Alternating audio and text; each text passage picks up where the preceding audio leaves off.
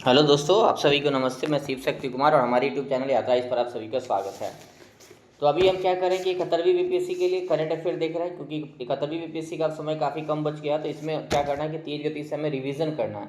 जितना ज़्यादा हम रिवीजन करेंगे उतना ज़्यादा जो है सफल होने का चांस जो है बढ़ जाएगा। तो अभी इस वीडियो में क्या करें कि हम 40 क्वेश्चन देख रहे हैं। 40 क्वेश्चन प्रतिदिन बिहार करंट अफेयर देख रहे हैं और 71वीं बीपीएससी के लिए देख रहे हैं। तो चलिए देखते हैं 41 नंबर क्वेश्चन से। तो पहला क्वेश्चन जो हमारे समक्ष है क्या है, और ये जो हम देखते हैं स्पीडी का ये क्वेश्चन है, स्पीडी का क्वेश्चन है और एक्सप्लेनेशन भी देखते हैं ताकि आप लोग का तैयारी बेहतर तरीका से हो सके। पहला प्रश्न है कि खेलो इंडिया यूथ गेम में किस राज्य की पुरुष टीम ने सेपक टकरा खेल में स्वर्ण पदक जीता है। तो यह जो सेपक टकरा खेल है इसमें स्वर्ण पदक बिहार जीता है। आप एकदम याद रखेंगे कि सेपक टकरा खेल जो है, सेपक टकरा खेल क्या है कि जो दक्षिण पूर्व एशियाई देश है, जैसे लाओस है, इंडोनेशिया है, तो ये लाओस इंडोनेशिया जो दक्षिण पूर्व एशियाई कंट्री है, तो वहाँ ये खेला जाता है। इसको किक वॉलीबॉल भी बोलते हैं, किक वॉलीबॉल भी इस खेल को बोला जाता है। और बिहार में मतलब एटलीस्ट इंडिया में देखें तो इंडिया में मुख्य रूप से पूर्वोत्तर भारत में ये खेल प्रचलन में है, जैसे कि मणिपुर हो गया, मेघालय हो गया, नागालैंड हो गया, इन सब जगहों पर खेला जाता है। लेकिन बिहार इसमें जो है, इस बार जो खेलो इंडिया यूथ गेम बिहार में हुआ था उसमें क्या किया है कि इसने स्वर्ण पदक जीता है। तो आप देखें कि खेलो इंडिया यूथ गेम से एक सवाल आना ही है, बीपीएससी में एक या दो सवाल आएगा। मैं पूर्व के वीडियो में भी खेलो इंडिया यूथ गेम पर बहुत ज़्यादा डिटेल्स चर्चा की है, जितना भी इवेंट्स है, क्वेश्चन है, मैं उसमें डिबेट किया हूँ, तो यहाँ नहीं करेंगे। चलिए आगे देखते हैं। अगला प्रश्न है कि बिहार सरकार ने 2025-26 के जो बजट है उसमें किन प्रमुख क्षेत्रों पर विशेष ध्यान दिया। तो देखेंगे स्वास्थ्य, इंफ्रास्ट्रक्चर और शिक्षा। तो बिहार अभी स्वास्थ्य पे, इंफ्रास्ट्रक्चर पे और शिक्षा पे ध्यान दिया है बजट में, तो इसको याद रखेंगे। ये तीन क्षेत्र है, स्वास्थ्य है, शिक्षा है और इंफ्रास्ट्रक्चर है। हमेशा देखेंगे कि बिहार पिछले 3-4 साल से शिक्षा में सर्वाधिक व्यय करने वाला राज्य बना हुआ है, शिक्षा पे सर्वाधिक व्यय करता है बिहार सरकार। तो ये तीन याद रखेंगे। अगला प्रश्न देखते हैं। अगला प्रश्न है कि जो वित्तीय वर्ष 2024-25 की तुलना में 25-26 के जो बजट हुआ उसमें कितना वृद्धि हुआ। तो देखेंगे कि 38,169 करोड़ रुपया का ज़्यादा बजट बनाया गया था। जो पिछला बजट बनाया गया था उससे ज़्यादा बजट बनाया गया, कितना का देखेंगे कि 38,169 करोड़ रुपया का ज़्यादा बजट बनाया गया है। ये बड़ा बजट है। हम बजट पे अलग से चर्चा करेंगे, मतलब है कि जो बजट है 25-26 का बिहार सरकार का, उस पर अलग से चर्चा करेंगे, साथ में आर्थिक सर्वे का, तो इसलिए मैं यहाँ चर्चा नहीं करूँगा ज़्यादा डिटेल। बस आप याद रखेंगे कि जो 24-25 का बजट आया था और जो 25-26 का बजट है इसमें 38,169 करोड़ का ज़्यादा का बजट है। ये बस इसको आप याद रखेंगे। चलिए अगला प्रश्न देखते हैं। अगला प्रश्न कि बिहार सरकार ने 2025-26 के बजट में बिहार स्टूडेंट कार्ड योजना के लिए कितना राशि का आवंटन किया है। तो 1,000 करोड़ रुपए का आवंटन किया गया, इसको याद रखेंगे। बिहार सरकार का एक स्टूडेंट क्रेडिट कार्ड स्कीम चलता है, काफ़ी महत्वपूर्ण स्कीम है उन विद्यार्थियों के लिए जो विद्यार्थी आर्थिक रूप से जो कमजोर है, उनको यहाँ क्या किया जाता है कि 4 लाख रुपया लोन दिया जाता है। तो इसको याद रखेंगे, 4 लाख रुपया प्रति स्टूडेंट जो है लोन दिया जाता है। वो विद्यार्थी का होना चाहिए, बिहार का नागरिक होना चाहिए, 12वीं पास होना चाहिए। और उसका जो वर्गीकरण है आप देख लेंगे डिटेल में, लेकिन इतना याद रखेंगे कि 4 लाख रुपया दिया जाता है, लोन दिया जाता है। और ये जो स्कीम चल रहा है कब से चल रहा है, तो 2 अक्टूबर देखेंगे 2016 से चला जाता है। बिहार में जो है Bihar student credit card scheme जो है 2016 से चल रहा है और प्रत्येक विद्यार्थी को 4 लाख रुपया लोन दिया जाता है हायर एजुकेशन के लिए। चलिए आगे देखते हैं। अगला प्रश्न है कि बिहार के किस प्रसिद्ध जीआई टैग जो मिठाई है उसको पोस्ट ऑफिस के जरिए दुनिया के 10 प्रमुख देशों में भेजा गया। तो सिलाव खाजा है। सिलाव खाजा कहाँ के, नालंदा जिला के, इसको याद रखेंगे।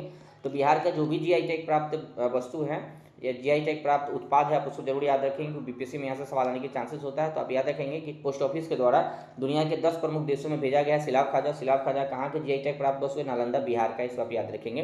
बाद में जो कई सारे हैं जैसे कि मगही पान है, लीची है, शाही लीची है, तो इस तरीके के जो भी उत्पाद है आप उसको याद रखेंगे। जीआई टैग के बारे में मैं पूर्व के वीडियो में चर्चा किया हूँ कि जीआई टैग क्या होता है, कितना साल के लिए होता है, यहाँ चर्चा नहीं करेंगे। अगला प्रश्न देखते हैं। चलिए अगला प्रश्न देखते हैं। अगला प्रश्न कि 23 मई 2025 को रेल मंत्री अश्विनी वैष्णव ने बिहार के किस जिले में स्थित जमालपुर रेल कारखाना में वैगन मरम्मत कारखाने का शिलान्यास किया। तो मुंगेर में है। तो आप याद रखेंगे जमालपुर रेल कारखाना कहाँ है, मुंगेर में है, मुंगेर में है, इसको याद रखें। और यहाँ एक बैगन मरम्मत कारखाना फिर से शिलान्यास किया गया है, किसके द्वारा, रेल मंत्री जी द्वारा किया गया है। तो आप याद रखेंगे रेल मंत्री अभी कौन है, अश्विनी वैष्णव जी द्वारा, उनके द्वारा यह किया गया है।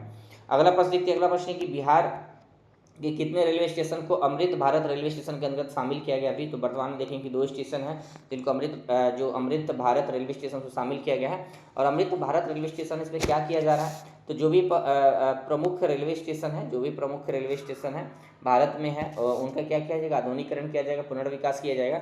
इसमें 1275 रेलवे स्टेशन शामिल है, 1275 याद रखेंगे। अमृत भारत रेलवे स्टेशन में 1275 रेलवे स्टेशन शामिल है।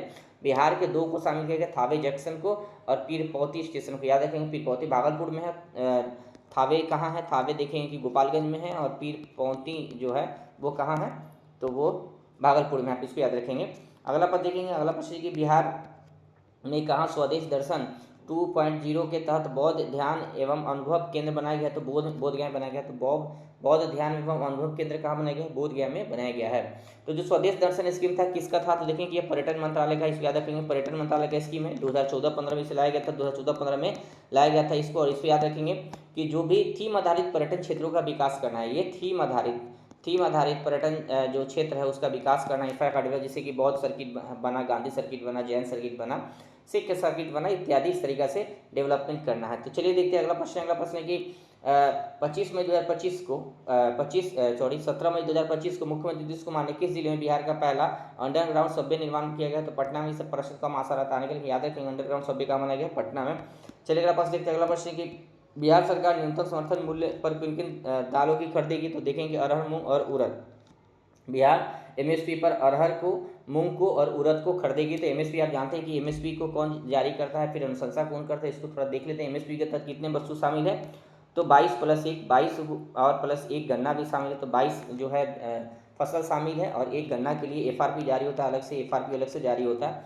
एमएसपी के लिए अनुशंसा कौन करता है, तो आप देखे होंगे कि हमेशा सवाल आता है CACP commission for agriculture cost and product, ऐसे कर कॉस्ट एंड प्राइस करके एक आता है आयोग है सीएसीपी, उसी के तहत जो है वो रिकमेंड करती है। बाद में देखेंगे कि एक cabinet committee on economic affair है, cabinet committee on economic affair करके है कमेटी, यहाँ से सीसीईए संस्था है जिसका अध्यक्ष कौन होता है, प्रधानमंत्री होता है। तो वो अंतिम अनुमोदन कौन करते हैं, सीसीए जो cabinet committee on economic affair है उसके द्वारा किया जाता है। बाद बाकी एमएसपी की अनुशंसा कौन करता है, तो सीएसीपी के द्वारा किया जाता है। अभी कृषि में मूल्य लागत आयोग है, भारत सरकार के अधीन है, तो उसके द्वारा ये किया जाता है। तो ये दोनों बात याद रखेंगे। और अभी इतने सारे जो एक विवाद हुए भारत के अंदर, इतना सारा जो प्रोटेस्ट हुआ किसानों के द्वारा, वो क्यों हुआ था, तो एमएसपी को क्या किया जा रहा था कि लीगलाइज करने की बात किया जा रहा था कि इसको लीगली बनाया जाए कि एमएसपी जो अभी विधिक नहीं है, तो इसको भी याद रखेंगे, स्टेटमेंट आ जाएगा। तो एमएसपी जो है विधिक अधिकार नहीं है, किसी एक्ट के माध्यम से ये नहीं प्रदान किया गया है, तो ऐसा कोई विधि किसको पावर नहीं प्राप्त है। अगर सरकार को मन है तो खरीदेगी भी, मन नहीं है तो नहीं भी खरीदेगी, लेकिन विधिक मांग करने के बाद सरकार को खरीदना कंपलसरी हो जाएगा।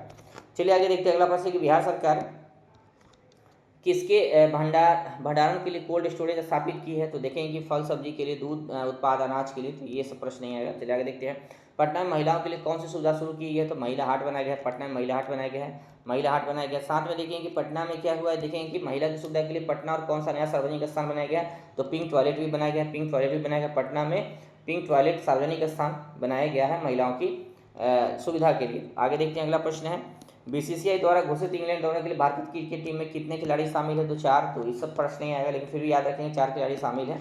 अगला प्रश्न देखेंगे कि अगला प्रश्न है कि बिहार में गया शहर का नाम बदल के क्या किया गया है, गया जी किया गया, गया जी किया गया है। तो आपसे ये सवाल आ सकता है कि गया शहर का नाम बदल के क्या किया है, गया जी किया गया है, इसको याद रखेंगे। और शहर का नाम तब्दील कैसे किया जाता है, तो इसके लिए आप एक प्रक्रिया को देखेंगे। यहाँ उस पर डिबेट करना ज़्यादा उचित नहीं होगा, तो मैं इसको छोड़ देता हूँ, आगे कभी चर्चा कर लेंगे हम लोग जब अभी एग्जाम के बाद। चलिए अगला प्रश्न देखते हैं। अगला प्रश्न है कि बिहार सरकार द्वारा बाढ़ की समस्या से निपटने के लिए कितने करोड़ रुपए दिए गए हैं, तो 4,415 करोड़। इसको याद रखेंगे, बिहार सरकार बाढ़ से निपटने के लिए कितना करोड़ रुपए की परियोजना की मंजूरी दिया है, तो 4,415 करोड़ रुपए की परियोजना का मंजूरी दिया गया है। अगला प्रश्न है कि बिहार में क्या किया गया कि जल जीवन हरियाली मिशन, देखेंगे जल जीवन हरियाली मिशन पूरे दुनिया के अंदर इस मिशन को सराहा गया। जो यूएनओ है वहाँ भी जो है जल जीवन हरियाली मिशन को सराहा गया, और साथ में भारत सरकार भी इसी पे आधार पे क्या किया कि जल जीवन हरियाली मिशन भारत सरकार भी बाद में लॉन्च किया था। तो बिहार सरकार का काफ़ी लोकप्रिय स्कीम है। तो इसकी शुरुआत कब की थी, याद रखेंगे, इसको नीतीश कुमार जी द्वारा लाया गया था, और मुख्यमंत्री नीतीश कुमार जी द्वारा लाया गया था, और 2019 में लाया गया था, इसको भी याद रखेंगे। इसमें क्या किया कि जल और हरियाली के माध्यम से जीवन को संरक्षित रखने का प्रयास किया गया है। तो जल और हरियाली के माध्यम से जीवन संरक्षित करने का प्रयास है, क्योंकि जीवन दोनों पर निर्भर है। अगर देखें चाहे वो मानव का जीवन हो, पशु पक्षी का जीवन हो, और डाइवर्सिटी जो भी है तो सारा किस पे निर्भर है, जल और हरियाली पे, और उसी से जीवन का संरक्षण संभव है। तो इस स्कीम को जो अभी है बढ़ा दिया गया कब तक के लिए, 29 और 30 वर्ष, मतलब 2029 और 2030 के लिए इसको बढ़ा दिया गया। इसको याद रखेंगे, जल जीवन हरियाली स्कीम 2019 में शुरू हुआ था और उसको अब बढ़ा के कितना दिन के लिए कर दिया गया है, तो पहले इसका डेट जो था 25-26 तक था, अब इसको बढ़ा के 29-30 तक कर दिया गया है। चलिए आगे देखते हैं। अगला प्रश्न है कि बिहार सरकार द्वारा ऑपरेशन सिंदूर के तहत शहीद होने वाले शहीदों के परिवार को कितने रुपए की सम्मान राशि दी जाएंगी, तो 50 लाख रुपए। 50 लाख रुपए इसको याद रखेंगे, ऑपरेशन सिंदूर के तहत जो शहीद होंगे जवान, उनके परिवार को 50 लाख रुपया दिया जाएगा। अगला प्रश्न देखते हैं। अगला प्रश्न कि बिहार राज्य सरकार द्वारा राज्य की महिला समूहों को आर्थिक रूप से सशक्त बनाने के लिए जीविका बैंक खोला गया है। तो जीविका प्रोग्राम देखेंगे कि बिहार सरकार द्वारा बिहार के काफ़ी फ्लेक्सिबल स्कीम है जीविका, और अभी किससे, विश्व बैंक की सहायता से बिहार में संचालित है। और इसके माध्यम से जो महिलाएं हैं उसको सेल्फ हेल्प ग्रुप में से कनेक्ट किया जाता है, छोटा छोटा ग्रुप बनाया जाता है और उसको नाम जीविका दिया जाता है। प्रत्येक जीविका का जो लोकल ग्रुप होता है उसका एक अलग नामाकरण होता है, उसका एक अलग अकाउंट होता है बैंक के अंदर, और उसके माध्यम से वो लोन लेती है और फिर क्या करती है कि रोजगार सृजन करती है। तो आप इसको याद रखेंगे कि जीविका एक तरीका से क्या है ना कि जीविका से आजीविका तक का जो देखेंगे टैगलाइन है, तो इसके माध्यम से वित्त पोषण किया जा रहा है सेल्फ हेल्प ग्रुप को जो महिला संचालित है, और उसके माध्यम से महिला स्टार्टअप के रूप में काम कर रही है, छोटा छोटा रोजगार स्थापित कर रही। तो इसको याद रखेंगे। तो जीविका में किससे सहायता से चलाया जा रहा है पूरे बिहार के अंदर, विश्व बैंक से, और ये पूरे विश्व के अंदर लोकप्रिय स्कीम है बिहार सरकार का। तो इसकी सराहना चाहे केंद्र सरकार हो उसके द्वारा भी किया गया और विश्व स्तर पर भी किया जाता है। तो उसको याद रखेंगे। जीविका पर मेंस में सवाल भी आया था, तो जीविका बैंक भी बनाया गया बिहार सरकार के द्वारा। चलिए आगे देखते हैं। अगला प्रश्न कि बिहार सरकार ने खेल संरचना के निर्माण की शुरुआत किस स्तर पर की है, तो सभी प्रमंडल जो लेवल है, आप देखेंगे पूरे बिहार के अंदर 9 प्रमंडल हैं, तो सभी प्रमंडल लेवल पे बिहार सरकार क्या कर रही है कि खेल इंफ्रास्ट्रक्चर जो है बनाने का प्रयास कर रही है, ताकि खिलाड़ियों को बेहतर तरीका से बिहार को खेल के अंदर भी प्रतिस्पर्धी राज्य बनाया जा सके, विकसित राज्य बनाया जा सके। चलिए अगला प्रश्न देखते हैं। अगला प्रश्न है कि सरकार ने पुनपुन में खेल संरचना के लिए कितने एकड़ भूमि चिन्हित की, तो 100 एकड़। इसको याद रखेंगे, पुनपुन में खेल संरचना के लिए 100 एकड़। इससे एक सवाल कमी आता है। तो चलिए आगे देखते हैं। अगला प्रश्न है कि बिहार सरकार ने प्रत्येक प्रखंड में किन खेल सुविधाओं को स्वीकृति देने की घोषणा की है, तो आउटडोर स्टेडियम बनाया जाएगा प्रत्येक प्रखंड में। क्या बनाया जाएगा, आउटडोर स्टेडियम बनाया जाएगा बिहार सरकार के द्वारा। चलिए अगला प्रश्न देखते हैं। अगला प्रश्न है कि खेलो इंडिया यूथ गेम में बिहार को कुल कितना पदक मिला था, तो देखें कि बिहार को 36 पदक मिला था। और बिहार का रैंक कितना था, चाहे स्थान कितना था, तो देखें कि 15वां स्थान पे बिहार था। पहले स्थान पे कौन था, महाराष्ट्र था। और महाराष्ट्र को कितना पदक मिला, 158 पदक मिला था। इसको याद रखेंगे। तो ये प्रश्न पूछा जा सकता है बीपीएससी में। चलिए आगे देखते हैं। अगला प्रश्न है कि मणिपुर के पारंपरिक मार्शल आर्ट थांग टा बिहार से स्वर्ण पदक किसने दिलाया, तो देखिए कि बिहार जो है थांग टा, जो कि मणिपुर का मार्शल आर्ट है, काफ़ी लोकप्रिय है। यूपीएससी में 3-4 बार सवाल आया है, अदर स्टेट पीसी से भी सवाल आया है। तो आप याद रखेंगे पहले थांग टा क्या है, तो मणिपुर का एक मार्शल आर्ट है, प्राचीन मार्शल आर्ट है, इसको याद रखेंगे। साथ में देखेंगे कि बिहार इसमें इस बार क्या हुआ कि जो खेलो इंडिया यूथ गेम हुआ था, तो इसमें बिहार जो है इसमें स्वर्ण पदक जीता है। और इसमें बिहार के जो है इनका नाम है प्रिय प्रेरणा सुपौल सी है, और माहिका कुमारी भागलपुर की है, माहिका कुमारी भागलपुर के इनके द्वारा जो है स्वर्ण पदक जीता गया किसमें, थांगटा में। इसको याद रखेंगे, मणिपुर के पारंपरिक मार्शल आर्ट। तो 2 लोग याद रखेंगे, प्रिय प्रेरणा सुपौल की हैं और माहिका कुमारी भागलपुर के, इनके द्वारा थांगटा में स्वर्ण पदक जीता गया है बिहार की तरफ से। अगला प्रश्न देखेंगे। अगला प्रश्न है कि बिहार के मुख्यमंत्री नीतीश कुमार ने मतलब हर साल 13 मई को किसकी पुण्यतिथि को राजकीय समारोह के रूप में मनाने का फैसला किया था, सुशील कुमार मोदी जी के जो है सुशील कुमार मोदी जी थे, जो बिहार के उप मुख्यमंत्री भी रहे हैं, कई बार वित्त मंत्री भी रहे। तो उनका निधन हो गया था और बाद में चल के 13 मई को जो उनकी पुण्यतिथि है उसको राजकीय समारोह के रूप में मनाने का फैसला बिहार सरकार द्वारा लिया गया। तो इसको याद रखेंगे, 13 मई को राजकीय समारोह के रूप में मनाया जाएगा। और किसका पुण्यतिथि है, तो सुशील कुमार मोदी जी का है। चलिए आगे देखते हैं। अगला प्रश्न है कि खेलो इंडिया यूथ गेम 2025 में बिहार के धावकों ने कुल कितने पदक जीते हैं, तो 4। तो खेलो इंडिया यूथ गेम जो है बिहार का प्रदर्शन काफ़ी बेहतर रहा इस साल। आप देखेंगे कि बिहार जो है काफ़ी सुधार किया, 7 रैंक का सुधार किया, बिहार का रैंकिंग 15वां है। तो इसको याद रखेंगे। चलिए अगला प्रश्न देखेंगे। अगला प्रश्न है कि किस राज्य सरकार ने महिलाओं की सुरक्षित यात्रा के लिए पिंक बस सेवा शुरू की है, तो आप देखेंगे पिंक बस की सेवा की शुरुआत पटना में किया गया है। पटना में आप देखेंगे तो पिंक बस सेवा की शुरुआत की गई है और बिहार सरकार के द्वारा शुरू किया गया है। बिहार कितना प्रतिशत के साथ देश में दूसरा सर्वाधिक डॉल्फिन है, बिहार में 35% डॉल्फिन है। पूरे भारत में देखेंगे डॉल्फिन की संख्या कितना है, तो पूरे भारत में अगर डॉल्फिन को देखेंगे आप तो लगभग डॉल्फिन 6327 है, 6327 डॉल्फिन है। उसमें सर्वाधिक डॉल्फिन किस राज्य में है, यूपी में है। यूपी में इसको याद रखेंगे, यूपी में 2397 डॉल्फिन है। और बिहार में कितना है, तो बिहार में 2220 डॉल्फिन है। इसको याद रखेंगे, बिहार में 2220 डॉल्फिन है। बिहार 35% डॉल्फिन है, 2220 डॉल्फिन है। 6,327 में, और बिहार का दूसरा स्थान है, पहले स्थान पे यूपी है, सर्वाधिक डॉल्फिन है। अभी इसमें देखेंगे डॉल्फिन के लिए एक अलग से है विक्रमशिला जो है, विक्रमशिला देखेंगे कि वन्यजीव अभ्यारण्य है। तो विक्रमशिला वन्यजीव अभ्यारण्य डॉल्फिन संरक्षण केंद्र है, और कहाँ है, भागलपुर में है। डॉल्फिन रिसर्च सेंटर कहाँ है, पटना में। पूरे भारत का पहला डॉल्फिन रिसर्च सेंटर पटना के अंदर है। चलिए आगे देखते हैं, अगला प्रश्न है, सैंपल रजिस्ट्रेशन सिस्टम रिपोर्ट 2025 के नवीनतम आंकड़ों के अनुसार बिहार में मातृ मृत्यु दर घट के कितना हो गई है, तो 100 हो गया। तो ये अच्छी बात है कि बिहार में जितना मातृ मृत्यु दर घट के कम होगा उतना ही उस राज्य को, उस समाज को सामाजिक रूप से विकसित माना जाता है। ये सोशल इंडिकेटर है डेवलपमेंट का। तो आप याद रखेंगे जो मातृ मृत्यु दर होता है उसमें क्या देखते हैं हम कि 1 लाख जीवित बच्चा का जो जन्म होता है, जीवित जन्म पर गर्भाशय, प्रसव और प्रसव की 42 दिन के भीतर कितनी माताओं की मृत्यु होती है, अब उसको देखते हैं। तो इसमें भी बिहार जो है 100 से कम किया है। आप देखें कि केरला में सबसे बेहतर कंडीशन में, केरला में लगभग 19 माताएं जो है 100 में मर जाती है। तो आप देखेंगे कि बिहार का भी स्थिति धीरे धीरे ठीक हो रहा है, तो इसको याद रखेंगे। आप आगे चलिए, आगे देखते हैं, अगला प्रश्न है कि बिहार का नवनिर्माण 20 साल विकास के बदलते बिहार के पुस्तक का लोकार्पण किसके द्वारा किया, नीतीश कुमार जी द्वारा किया गया। तो इसको याद रखेंगे, बिहार का निर्माण 20 साल विकास के बदलते बिहार के पुस्तक नीतीश कुमार जी द्वारा लोकार्पण किया गया है। चलिए अगला प्रश्न देखते हैं। अगला प्रश्न है कि परिवहन संचार क्षेत्र में 11 से लेकर 24 के दौरान बिहार की वृद्धि दर कितनी रही, तो 7.6% रहा है। तो परिवहन और संचार दोनों में बिहार काफ़ी तेज गति से बढ़ा। बिहार जो है वन ऑफ द मतलब देखें कि काफ़ी तेज गति से विकास करने वाला राज्यों में बिहार हमेशा 1, 2, 3, 4 में रहा है अभी पिछले 5-10 सालों से। तो इसको भी याद रखेंगे। चलिए आगे देखते हैं। अगला प्रश्न है कि 30 अप्रैल 2025 को किस राज्य सरकार के द्वारा मुख्यमंत्री नीरा संवर्धन योजना लाया गया है, तो देखेंगे बिहार में देखें कि शराबबंदी लागू है। साथ में बिहार में जो ताड़ी होता है तो उस ताड़ी से ही नीरा बनाया जाता है, तो इसको भी याद रखेंगे। तो मुख्यमंत्री नीरा संवर्धन स्कीम लाया गया है बिहार सरकार के द्वारा। अगला प्रश्न देखते हैं। अगला प्रश्न है कि प्रधानमंत्री रोजगार सृजन कार्यक्रम योजना के तहत जो है उसकी इस योजना को क्रियान्वयन में बिहार कितवें स्थान पे है, तो बिहार 3रे स्थान पे। पहले स्थान पे कौन है, ये सवाल आपसे पूछा नहीं जाएगा। तो आप बस इतना याद रखें कि जो प्रधानमंत्री रोजगार सृजन कार्यक्रम है बिहार जो है उसको संचालन में 3रे स्थान पे है। चलिए अगला प्रश्न देखते हैं। अगला प्रश्न है कि बिहार सरकार किस वर्ष तक हरित बिहार का सपना के तहत राज्य में 17% वन विस्तार का लक्ष्य रखा है, तो 2028 तक बिहार सरकार चाहती है कि बिहार में 17% जो है वनारोपण हो या फिर वृक्ष आवरण होना चाहिए, वन आवरण होना चाहिए। कितना होना चाहिए, 17% होना चाहिए। और ये कब तक, 2028 तक। जबकि देखेंगे कि जो फॉरेस्ट भारत के अंदर जो फॉरेस्ट पॉलिसी है 1988 का, वन अधिनियम 1988 है, मतलब वन नीति जो 1988 के भारत सरकार का है, तो उसमें 33% जो है भारत सरकार चाहती है कि पूरा जो उसका वन क्षेत्र है, भारत सरकार का जो क्षेत्र है, क्षेत्रफल का 33% भाग पर वन होना चाहिए, वनावरण होना चाहिए। तो इसको भी याद रखेंगे। चलिए अगला प्रश्न देखते हैं। अगला प्रश्न है कि किस राज्य के श्रम संसाधन विभाग को ऊर्जा दक्षता पर्यावरण संरक्षण के क्षेत्र में भारत सरकार द्वारा 5 स्टार रेटिंग दिया गया, तो बिहार के। इसको भी याद रखेंगे। बिहार को जो है श्रम संसाधन विभाग को, बिहार के जो श्रम संसाधन विभाग है उसको ऊर्जा दक्षता एवं पर्यावरण संरक्षण के लिए 5 रेटिंग दिया गया। तो इसको भी याद रखेंगे, विभाग याद रखेंगे, श्रम संसाधन विभाग और बिहार सरकार का।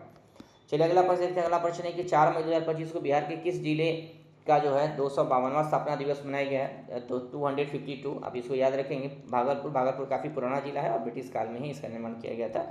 चलिए आगे देखते हैं। अगला प्रश्न है जो बिहार राजस्व एवं भूमि सुधार मंत्री है जिनके द्वारा हाल ही में Atlas of water body of Bihar जारी किया गया, कौन है, संजय सरावगी है। संजय सरावगी इनका नाम है। और ये बिहार के क्या है, राजस्व एवं भूमि सुधार मंत्री है। उनके द्वारा Atlas of water bodies of Bihar जारी किया गया, तो इसको याद रखेंगे।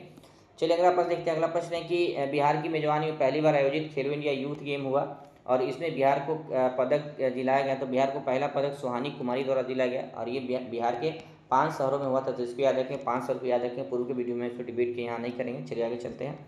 अगला प्रश्न है कि भारत और पाकिस्तान के बीच तनावपूर्ण माहौल के बीच भारत सरकार द्वारा देश भर में 244 जिलों में मॉक ड्रिल किया गया। बिहार में यह मॉक ड्रिल क्या जिलों में हुआ, तो 6 जिला में हुआ। बिहार के 6 जिला में ये मॉक ड्रिल किया गया था। 244 जिला पूरे भारत में है और बिहार के उसमें से कितने हैं, 6 जिले हैं, तो इसको भी याद रखेंगे। अगला प्रश्न और अंतिम प्रश्न है इस वीडियो का कि बिहार का मुख्य निर्वाचन पदाधिकारी किसे बनाया गया है, तो विनोद कुमार गुंजाल जी हैं, इनको बिहार का निर्वाचन पदाधिकारी बनाया गया। तो राज्य निर्वाचन आयोग का काम क्या होता है, जो स्थानीय निकाय होता है उसके चुनाव करना उसका काम होता है। जो स्थानीय निकाय होता है जैसे कि पंचायती राज व्यवस्था के तहत जो चुनाव होती है और नगर पालिका की जो चुनाव होती है उस चुनाव को संपन्न कराने के लिए राज्य निर्वाचन आयोग होता है। कौन होता है, आप इसको याद रखेंगे। यहाँ से सवाल आ सकता है आपका, राज्य निर्वाचन आयोग की स्थापना किया जाता है स्थानीय जो शासन प्रणाली है उसके निर्वाचन के लिए। और इसके प्रावधान क्या आ गया है, तो अनुच्छेद इसको याद रखेंगे डेफिनेटली 243 के सेक्शन के है, उसी के तहत जो है इसको उप सेक्शन है। एक तरीका से देखेंगे कि 243 के याद रखेंगे, अनुच्छेद कितना है, तो 243 के है, आप इसको याद रखेंगे। 243 के तहत जो है निर्वाचन आयोग का स्थापना किया गया है, राज्य निर्वाचन आयोग। और उसी प्रकार 243D को भी याद रखेंगे। 243D के तहत पंचायती राज व्यवस्था में जो है आरक्षण का प्रावधान किया गया। तो ये हमारा आज का वीडियो था और हम चाहते हैं आप मुझे लगता है कि आप सभी को ये वीडियो पसंद आया होगा, आई होप। तो चलिए फिर अगले वीडियो के साथ आप सभी से मिलते हैं। फिलहाल तो ये लाइक ज़रूर करिएगा मेरे वीडियो को, सब्सक्राइब करिएगा। Thank you.